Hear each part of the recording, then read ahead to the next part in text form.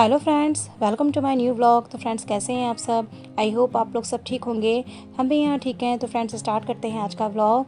तो फ्रेंड्स, आज मैं कर रही हूँ अपनी किचन की सफाई। तो मैं आज बिल्कुल ना अच्छे से रगड़ रगड़ के बिल्कुल अपने छोटे से किचन को चमका दिया है, तो जिससे ना मेरा किचन बहुत अच्छा लगेगा, साफ़ सुथरा हो जाएगा। तो क्योंकि नवरात्रे आ रही हैं, नवरात्रे आने से पहले ना मैं किचन की अच्छे से डीप क्लीनिंग करती हूँ, जिससे कि माता रानी का जो भी मैं भोग बनाती हूँ तो वो अच्छे से साफ़ सुथरी किचन में बने। वैसे तो मैंने किचन अभी कुछ दिन पहले भी साफ़ किया था, बिल्कुल डीप क्लीनिंग, लेकिन मैंने फिर भी दोबारा ना किचन को अच्छे से क्लीन कर लिया। तो रूम की मेरी डीप क्लीनिंग हो चुकी थी। रूम में ना, मेरा रूम में ही मंदिर है, क्योंकि एक ही रूम है मेरा, वहाँ पे और कहीं जगह नहीं है रखने की। तो मैंने रूम में ही मंदिर रखा हुआ है अपना माता रानी का, उसमें सजाऊंगी मैं दरबार को।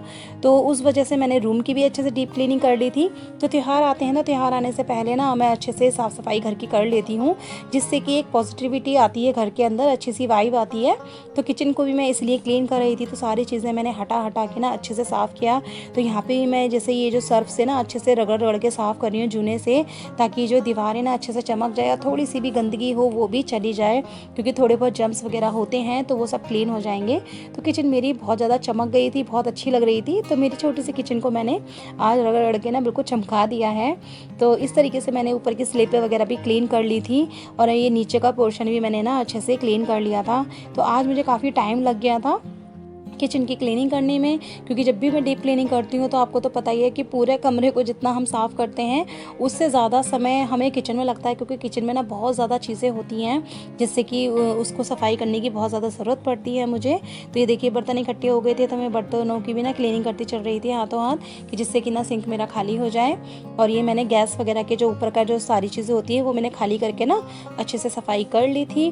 तो ये मेरी ऊपर की तो हो गई थी स्लिपों की सफाई, अब ना नीचे के एरिया की रह गई थी। तो नीचे की भी मैं हाथों हाथ सफाई करूँगी। तो ये सारा सामान ना मैं निकाल के बाहर रख रही थी, क्योंकि और कहीं इतनी जगह नहीं है।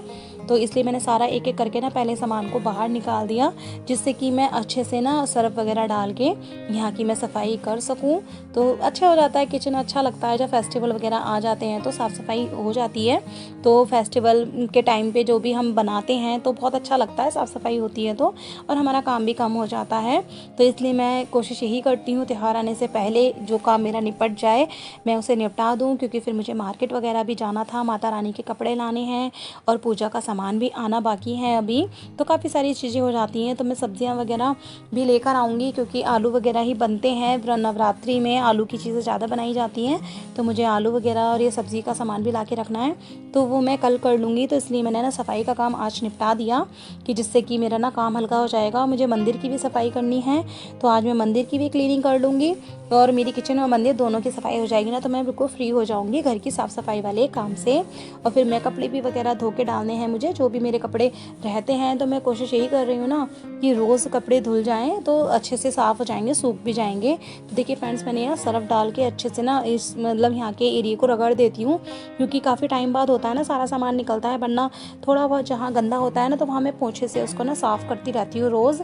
लेकिन जब भी मैं डीप क्लीनिंग करती हूँ तो इस तरीके से सर्फ वगैरह डाल के ना अच्छे से रगड़ देती हूँ झाड़ू से, जिससे कि अच्छे से साफ़ हो जाता है और फर्श भी अच्छा चमकने लगता है। तो मैं इसमें थोड़ा सा फिनाइल डाल रही हूँ, जिससे कि जो भी जम्स वगैरह हों बिल्कुल ख़त्म हो जाएंगे और अच्छा हो जाएगा फ्लोर, यहाँ का भी एरिया अच्छा हो जाएगा, क्योंकि यहाँ पे बहुत कम धुलाई हो पाती है, क्योंकि सामान इतना रखा रहता है यहाँ पे नीचे भी। तो उस वजह से मैं यहाँ पे कभी कभी ही धुलाई का काम करती हूँ, वरना मैं ना पोछा लगा देती हूँ, तो उससे भी मेरा ये नीचे का पोर्शन साफ़ रहता है।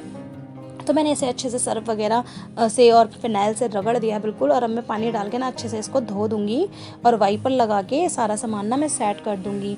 देखिए फ्रेंड्स, मैंने यहाँ का वाइपर वगैरह लगा दिया था अच्छे से, और अब मैं एक एक करके ना सामान रख रही थी, जहाँ का सामान जैसे रखा हुआ है वैसे सेट कर रही थी, क्योंकि नीचे का जो जितना भी है ना सामान मैंने अभी कुछ दिन पहले ही साफ़ किया था, तो मुझे ज़्यादा क्लीनिंग करने की इतनी ज़रूरत नहीं पड़ी। बस मैं इस पर कपड़ा मार दूँगी और ये मेरा किचन का पूरा पोर्शन साफ़ हो गया है। तो अब मेरे को तसल्ली हो गई कि किचन मेरा साफ़ हो गया। अब किसी दिन बस मुझे फ्रिज की सफाई करनी है, तो ये फ्रिज की ना थोड़ा थोड़ा सा ये वाइट सा हो रहा है, तो ये इसको भी मुझे अच्छे से ना क्लीन करना है, क्योंकि ये ना पानी वगैरह की छींट की वजह से ऐसा हो गया है। तो ये फ्रिज की भी मैं सफाई कर दूँगी।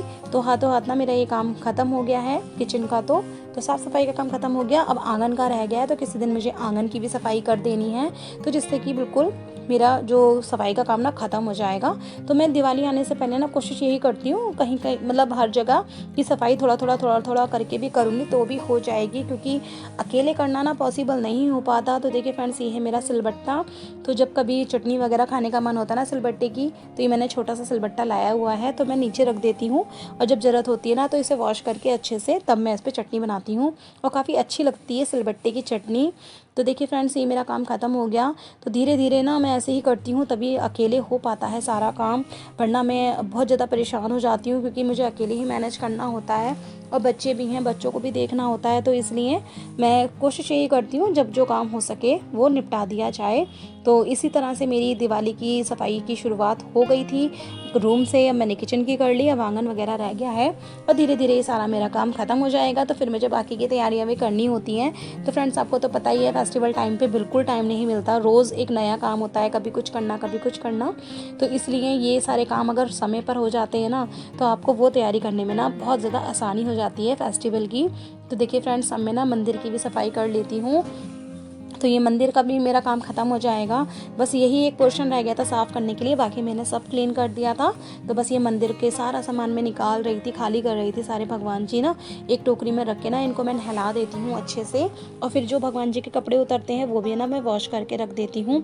तो जिससे कि क्या होता है ना कि जो मतलब कपड़े जो नए वाले पहना देती हूँ, ये वाले धो के फिर मैं रख देती हूँ।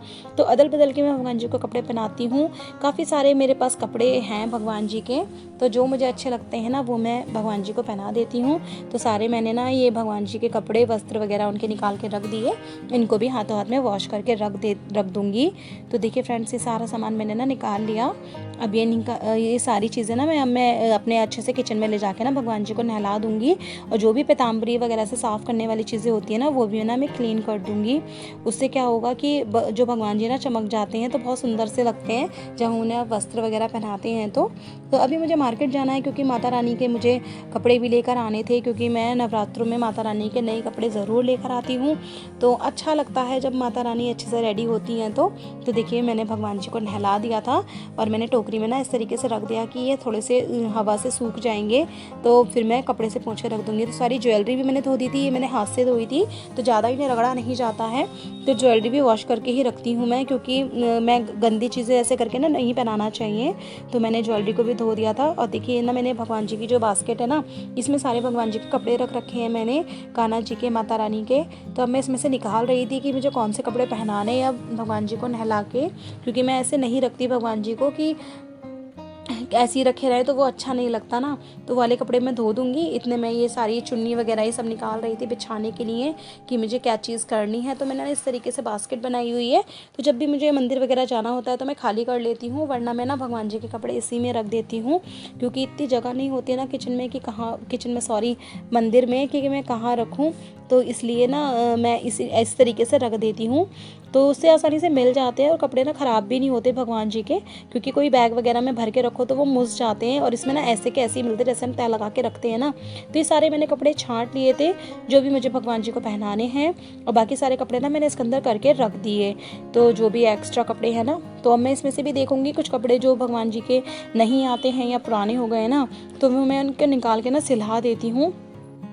ज़्यादा ऐसे इकट्ठे करके नहीं रखती, क्योंकि ज़्यादा पुराने कपड़े पहनाने भी नहीं चाहिए, और जो फट जाते हैं ना कपड़े फिर मैं वो भी नहीं पहनाती इस तरीके से। तो मैं नए कपड़े ले आती हूँ। तो देखिए फ्रेंड्स, ये सारा मेरा ये हो गया ये वाला काम। इसमें से कपड़े मैंने दोबारा सेट कर दिए, और इसमें से नई वाली मैंने चुन्नी निकाल ली थी, काफ़ी अच्छी लग रही थी। तो मैंने सोचा मंदिर के जो आसन है ना उसमें बिछा दूंगी तो सुंदर से लगेगा और भी। तो देखिए फ्रेंड्स, मैं सारे कपड़े वगैरह पहना रही थी। भगवान जी नहा कर आ गए थे, उनको मैंने पोंछ दिया था। तो अब मैं सारी अच्छे से ना नीचे जो आसन का कपड़ा बिछाया है मैंने, उस पर वो भी मैंने ना खुद बनाया था आसन का कपड़ा, उस पर गोटा पट्टी लगाकर। तो बाज़ार में जो मिलते हैं वो इतने ना अच्छे कपड़े नहीं होते, वो एक दो वॉश के बाद ना ख़राब हो जाते हैं। तो मैं कोशिश यही करती हूँ ये आसन वगैरह ना मैं घर पर बनाऊँ, भगवान जी के लिए बनाना मुझे बहुत अच्छा लगता है। बस वही है ना, थोड़ी समय की प्रॉब्लम हो जाता है कि इतना टाइम नहीं हो पाता। तो ये आसन मैंने खुद बनाया था। मुझे कुछ और भी बना के रखने हैं आसन, कि जब त्यौहार वगैरह आते हैं ना तो अच्छा लगता है कि हम अच्छे से करें। तो मैंने लैस वगैरह लगा के आसन बनाया था घर पर ही। तो अब मैं सारे भगवान जी को ना अच्छे से कपड़े वगैरह पहना रही थी, और ये उनका मंदिर डेकोरेट कर रही थी कि जैसे मैं लगाना चाहती थी वैसे तरीके से मैंने मंदिर को ना लगाया।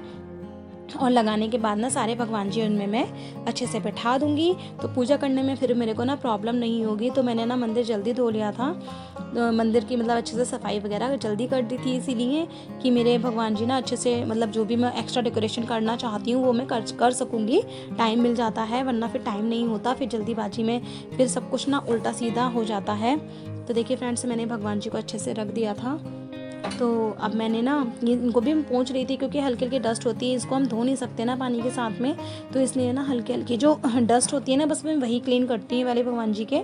और बाकी मैंने सारे भगवान जी को अच्छे से ना कपड़े पहनाया और मैंने मंदिर में लगा रही थी, अच्छे से सजा रही थी मैं। तो फ्रेंड्स, इसी तरीके से मैं फेस्टिवल पे मैं करती हूँ कि टाइम से पहले ही मैं सफाई वगैरह कर लेती हूँ, जिससे कि हमें ना मंदिर को डेकोरेट करने के लिए हमें टाइम मिल जाता है, क्योंकि काफ़ी सारी चीज़ें होती हैं त्यौहार वाले दिन भी करने के लिए, तो मैं पहले से ही डेकोरेशन कर देती हूँ, तो जिससे कि मेरा मंदिर बहुत अच्छा लगता है। तो फ्रेंड्स, इस तरीके से मेरा त्यौहार वाला रूटीन रहता है। तो त्योहारों पे तो पता ही नहीं चलता कि टाइम कहाँ जा रहा है, कि पूरा दिन कभी कुछ हो ही जाता है ना। तो इसलिए मेरी कोशिश हमेशा यही रहती है कि मैं ये वाले काम ना टाइम पर करके रख दूँ, तो जिससे कि ना कोई प्रॉब्लम नहीं होती है और फेस्टिवल को हम अच्छे से एंजॉय कर पाते हैं और अच्छे से हम सेलिब्रेट कर पाते हैं। तो इसलिए मैं इस तरीके से करती हूँ अपने फेस्टिवल के टाइम पे। तो ये मैं कान्हा जी के कपड़े, फ्रेंड्स, माता रानी को मैं कपड़े पहना रही थी, और जो कान्हा जी हैं उनको भी मैं अच्छे से रेडी वगैरह कर दूँगी, उनकी ज्वेलरी वगैरह पहना के। तो मैं कान्हा जी को ना उनकी ड्रेस के हिसाब से ही ज्वेलरी पहनाती हूँ, उनकी मैचिंग की। तो किसी दिन मैं आपके साथ में शेयर ज़रूर करूँगी मेरे पास कान्हा जी के कितने सारे कपड़े और कितनी सारी ज्वेलरी हैं। तो फ्रेंड्स, आज के ब्लॉग में बस इतना ही। अगर आपको मेरे ब्लॉग्स अच्छे लगते हैं तो प्लीज़ लाइक शेयर कमेंट ज़रूर कीजिए, और मेरे चैनल को सब्सक्राइब करना ना बिल्कुल मत भूलना। तो फ्रेंड्स, आप कमेंट ज़रूर कीजिएगा, मुझे बहुत अच्छा लगता है जब भी आप कमेंट करते हैं और मैं आपके कमेंट का रिप्लाई करती हूँ, तो बहुत ज़्यादा मोटिवेट सा फील होता है। तो प्लीज़ ज़्यादा से ज़्यादा सपोर्ट कीजिए, मेरा साथ दीजिए आगे ब्लॉग बनाने में, और आप कमेंट करके ज़रूर बताइएगा कि आप लोगों की तैयारियाँ कैसे चल रही हैं। तो thank you for watching my video. Bye bye.